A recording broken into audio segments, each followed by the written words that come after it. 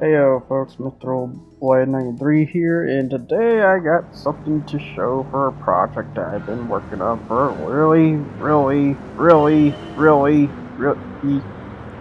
5 years? Yeah, 5 years. 5 years since I've been wanting to do this project. This project is simply just tune the car and have it beat was technically the hardest division of that group, which in this case is 600 pp. Okay, so now the rules here. I'm gonna go by one here. As I mentioned already, the goal to beat is the 600 pp, but not just any 600 pp. This one in particular, because this is one of the roughest events I've usually done in this game. There's other ones that are rougher, but this is one of the rough ones out there. Even on a freelance style, this is so rough. So the tires that I want to do for this event is just going to be sports hards, because I kind of find that sports hards is probably like by update was the best example. It's possible that even the sports mediums could be better, but I find sports hard to be the best because it keeps the car still speeding along at least at 190 miles per hour most of the time, I'm noticing. The next rule is the body frame to be always wide at most. Some cars don't offer this, but if they are offered, I will always apply it, so that way there ain't no misconjunction or something. And who knows if narrow is better or wide is better. I'm just going to stick with wide because I kind of consider that mostly the case better. There could be a case where narrow is better, but for this case, I'm going to stick with wides. The other thing is the rims. The rims do change how the performance handle is on the car, and not only that, you could also adjust it to be wides too on that. I'm just going to say I'm going to keep it narrow because I do find narrow better for rims than wides in that case. And these rims, depending on what rims I stick on, it will change the performance on the car. I'm kind of shocked it does that, but it does really do that. The next thing on this list, I'm figuring out my notes and stuff, is spoiler and skirts. I'm always going to apply those no matter what because it mostly helps the car out in some ways. There's a rare case where it doesn't, but if it does, then well, you could do the further tune on that, because I'm just going to throw the initial plans of this tuning, and you guys could take it and use it as you please. Like, maybe what if you wanted to see two Corvette through this event? Which is probably the roughest thing you'll ever do. Here you go, basically. Now the engine, most of the case, really depends. But if I'm gonna upgrade the engine, I'm gonna go straight up full. Otherwise, if the car doesn't need it, I'm gonna leave it none, because it is better having the car not so artificial. And when I say artificial, I mean sometimes if you add so much upgrades to the car, it begins to dwindle in comparison to a car that probably fits that way to begin with. So that's what I mean by artificial sometimes. Sorry for letting my nose go. Rate reduction, it really depends as well, because tire durability and then if better fuel consumption too. Like, especially for this one you want to try to go less on the weight reduction, but you also want to try to see if you can get the most out of it.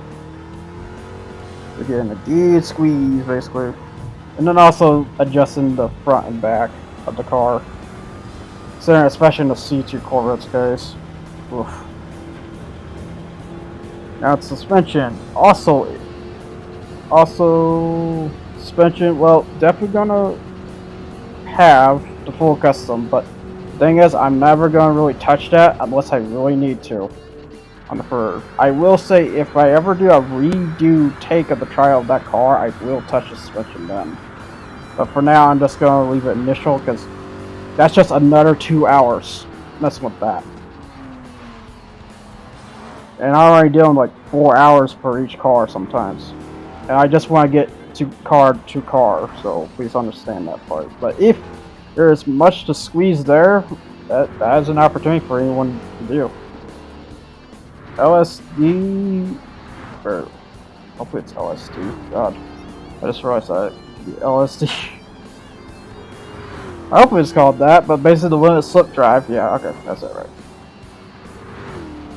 That's gonna have the full custom LSD, but same case there. If it really needs to, which in this case C2 Corvette here, I took the acceleration all the way down. It doesn't need it. Its sensitivity is already whacked enough. Now turbo, always tweak, and depends on what turbo it wants.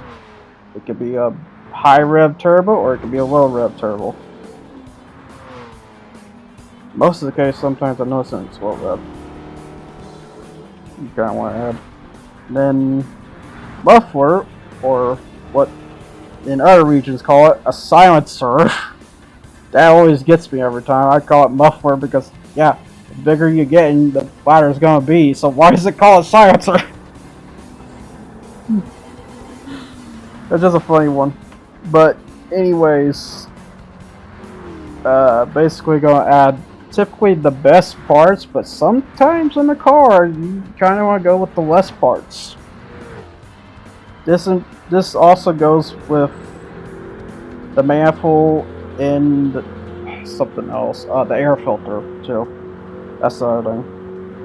And the ECU really depends, but I could go with a stock ECU sometimes. That's another fun one. Now transmission, always full custom, but I will say somewhat tweaked because I'm just going to use the auto setting initially to adjust the gears to the flow it just needs. Whatever it finds best, basically. Now the ballast is an interesting case because yeah, I'm definitely using that ballast, but I gotta figure out what's the really best adjustment for the ballast for that car. I will say the ballast is the most customized part, so bear with me. It might not be the best spot I have for it, but by as of times, I'd say that's kind of the best where it's gonna be. And then in some cars, which is not the C2 Corvette here, but something like the Subaru there behind me, that will have an all-wheel drive system, something called Beck or something. I am basically gonna have the full upgrade of that too, and adjust the car based on what torque it needs, if it needs more at the front or more in the back. Now I believe that is technically everything. I will say everything else will have its upgrade and stuff beyond that. But that is technically the rules of the tuned tryouts 600 pp and stuff. So overall, I guess basically just enjoy this race here, because this is just me driving the C2 Corvette, trying to beat the tar out of these guys. But, especially that sheer RX-7 behind me. My god, I had pain way back in the previous updates. I will say in this update, he's more tamed. However, someone else got much better. It's actually almost ridiculous how much better he got. And it's not that one. Matter of fact, he did got better, but he's mostly behind the RX-7 most of the time. No, that blue NSX. What a scumbag. Oh yeah, there's a Viper. You're slow. Then Jaguar. You got Aston Martin. BB11. Alfa Romeo. Oopsie Pez, I believe it's called. Then the Supra. More like WC4, but you know, controversy aside. Lamborghini Hurricane. I prefer Gallardo. more. You got Audi R8, Porsche. Then you got a modern Subaru. I say modern mostly because that motorcycle bad, but yeah. I kind of feel bad on that because the whole maintenance on the whole motor and stuff. It will be a fast motor, but the problem is that maintenance about it because of the flat engine. Then Mercedes, which Mercedes? EME GTR I believe it's called, and then the Super RZ, and the Subaru 222B, which is basically my favorite car. An RX-7, and Nissan GTR. Can't say Skyline because yeah, I've been corrected on that. Oh my god. Whippersnappers, I guess.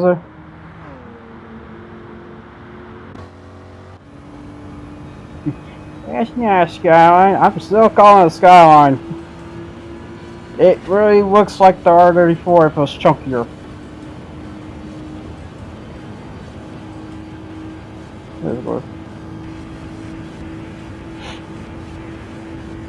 But yeah, as you can see, holy crap, he's hauling. Which, by the way, he's wearing sports mediums, by the way. Which, sports mediums, I don't know how they do it. I just don't know how they get that quick and do that. All I could just think of to say is easily probably cheating. Probably most likely cheating, because they suffered a case of the, I'd say, progressional boost speed sometimes. So they're pulling speeds that they shouldn't ever be pulling. Like, and I'll say again, like this one we're about to see here pretty soon. Because let's say, I pull a consistent time of 2:11.46ish, which that's probably its best. So when I do that time, because yeah, I will say the rules I'm gonna do is I'm gonna basically do a time trial for each of these cars. I'm gonna do a speed track, which is this one, a corner track, which I'm not really sure yet which one on that. I'm really thinking probably just do either the club course for Suzuka or go to Grand Valley Highway. I gotta go Grand Valley Highway because I love that track so much more. But yeah, everyone says the old one's much better. I don't know, I debate. I am one of those people that will debate on that. Freaking nostalgic classic. I get it that Grand Valley Highway is Grand Valley Speedway is a classic, but I just never had the emphasis on that one until the highway. The highway is so much better. It makes it a roller coaster, a very coastal track in comparison. And it's also a valley, a coastal valley.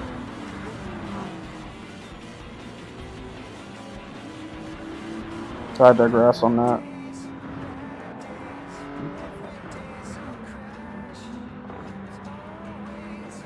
We're looking at the opponents again. Oh yeah. I guess that I also said incorrect on the Porsche, but oh well, I'm calling it Porsche. I know it's Porsche. Yeah, here's the NSX, which yeah, he just to say he fueled a bit ago. He fuels twice, luckily, which thank God he fuels twice because the stuff he pulls is ridiculous. Or an AI, my God. But yeah, done by B Gallo, which is one of the realistic drivers. The either the Academy or the Grand Prix of Worlds Cup stuff. At the end of the day, I'm gonna call them AIs because it just feels mishandled. I mean, at best, I could say what at best the real drivers might have did. They might have designed the car and stuff, but that's really it. I don't know if they actually handled the performance of the cars or not. If so, how did he tune it like that? So yeah, right now Ace Cirillo, I guess Cirillo. Ace Cirillo did a 210.2, which is pretty quick. Yeah, I will say there is a strict rule. They do have a path. They do have to pass at least 212 on the times. If they do not pass 212 on the times, they they ain't participating. Because I've noticed this has gotten much tighter too for an update as well. Because it was like you could get away with 213 on the time on this on the previous update, but now no. Yeah, there goes me getting in because this can go about like 8 laps. C2 Corvette gun. But yeah, I will talk about like stuff like the fuel and other things because I don't want to just take its fastest time. I also want to rank the vehicle based around the stuff. Oh yeah, and here comes the BS. 205, 206, 207.3. That is ridiculous. That is so cheating on so many levels. I don't even know how he did that. That's sports soft tires, by the way. I checked. But you can check by using the photo mode there. Just check the side of the car, see if it says sports tires. Because yeah, one nice thing about the Michelin tires, they made it way better to tell what tires are they wearing. So yeah, when you see something like maybe the Aston Martin Vulcan during the hypercar, you probably will see the racing tires because the Aston Martin Vulcan comes with the racing tires. They don't come with the sports tires. For a track car. Which makes sense, because it's a car just made for the track. You can only drive on the track, you can't drive on the roads legally. That's another thing about the Aston Martin. And then back to me, because I'm playing catch up. But yeah, you wouldn't think I'm not able to catch up, but here's the thing though. Yeah, he pulled that 1207 lap. That's the only time he's doing that. The other times he's just casually driving, doing like 213 or 212.7 at best. It's ridiculous when it comes to this race. And this is the only one that does it. I don't see any other events pulling that shenanigans. Besides, I can think of if you're low PP on, which I will get to 600 PP for the 700 WTC for Le Mans endurance. I will get to that once I do 20 cars, because I'm going to do 20 cars for this tune tryouts, and just to see how quick each of these cars. And then I'm going to do a special inner project I had in mind too, just for funds, not really for. But it's just more like you always kind of wonder. Yeah, there is one amazing feature I love about Gran Turismo 7, and that's the custom event. The fact that I'm able to allow the AIs to use my cars is so amazing. that is a revolution a lot of people don't realize, and you need to use that. You need to check that out. It's pretty cool for some cases. I will say there is some butt crap when it comes to the custom event, considering, well, for example, there's this glitch here that if you try to save in the midst of the race menu, it will freeze. And then another butt crap is if you got an electric car. Because most electric cars, they only stuck to doing one make races for some reason. I will say Sport was much worse about that, and Sport also had the custom event too, but the custom event was only dedicated to like random AIs that you just race up against. That's the only bad part about Sport's case. Otherwise, you basically have the same function in a way.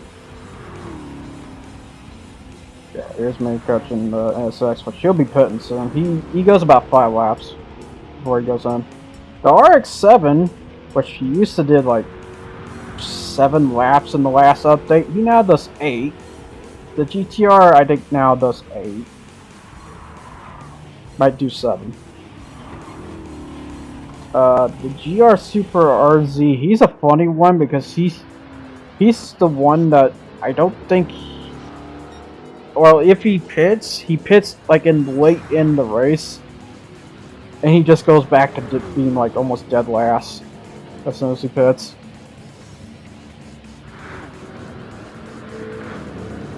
Yeah, there goes Gallo. Goodbye. Off to victory. For like the next 3 6-minute laps, basically. Trying to think of other things to say on this logic, but yeah, this is a project I had in mind for a good while. Concerning you're mentioning my buddies or stuff like that. Left and right. Especially a particular one that wanted to know. Now you know!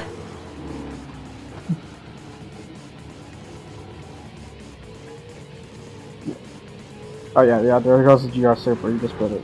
So yeah, he still pits at 10, okay. Yeah, he's a funny one. Cause I think he's like trying to go for the long run and stuff, but no.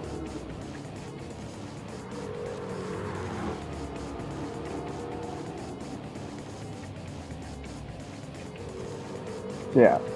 I will say the real opponents when it comes to this, it is the NSX sometimes, because sometimes Gallo pulls a Super Saiyan take. But the other two to really worry about, and especially worry about in second place there, is that RX-7. Screw him! Screw that guy! Just no! And then the GTR, he got better. Not as crazy, but he got better.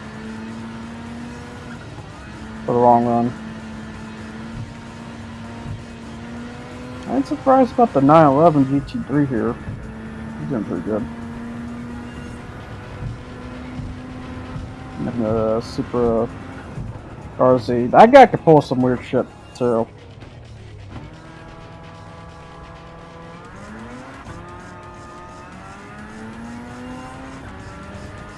But yeah, I think what I'm doing here, I think I'm trying to check how fast it's going here, because if you check on the speed dial and the speed gauge on the right there, let's see how fast he's going, because let's say he's on sports soft tires, because that's the best part about that NSX, he's on soft tires, and he's pulling those ridiculous times. Yeah, 213, that's not so bad. I can deal with that.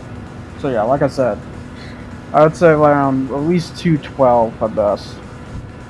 If anything less of that, I'm just gonna say that's a fail. I'm not rigging immediately.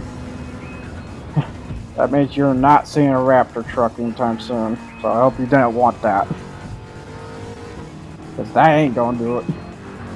Because I will say another goal in mind for the car, it needs at least hit around 185 miles per hour. It needs to be pretty fast. That's the other goal. Yeah, that's basically what I'm going to be doing with these cars throughout the series and stuff. And then I'm also going to toss like maybe an in shot showing at least the car can do the event.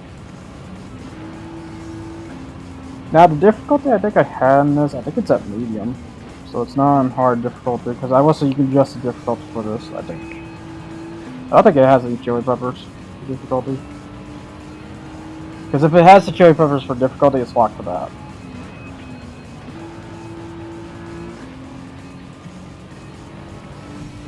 I believe, but I could be wrong.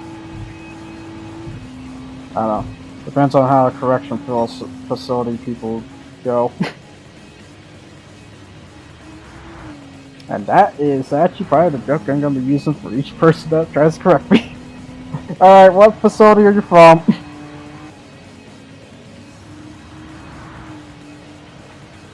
Cause sorry, I don't mind getting corrected, but there are some people that have a really rough attitude when correcting people. While dickingly, jokingly on top of it. Just, no. You guys are... No, that's scummy. On that part. That's the attitude I'm going to refrain from, because, no. That's what's wrong. When it comes to comments. Because you're pulling some geek glasses, or, oh, I'm a guy that's from... I'm a scientist, I can tell you clearly it's this. Screw off. Elitist. That's not how you're gonna talk. Also, yeah, I love the Chevrolet vinyl, which, by the way, you can get this vinyl on the Corvette anytime. Because I have it on the... Sure, if you look at your account name, or look at the name here, I think you'll find it. Better say, or just put in GT, because I think I mostly name these vinyls GT, or in tags GT. Yeah, here comes the last swing of the lap here.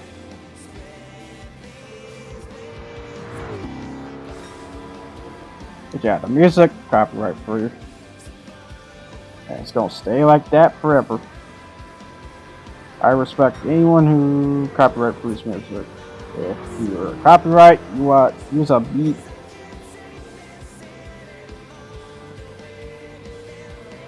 Get the freak out of here. Like,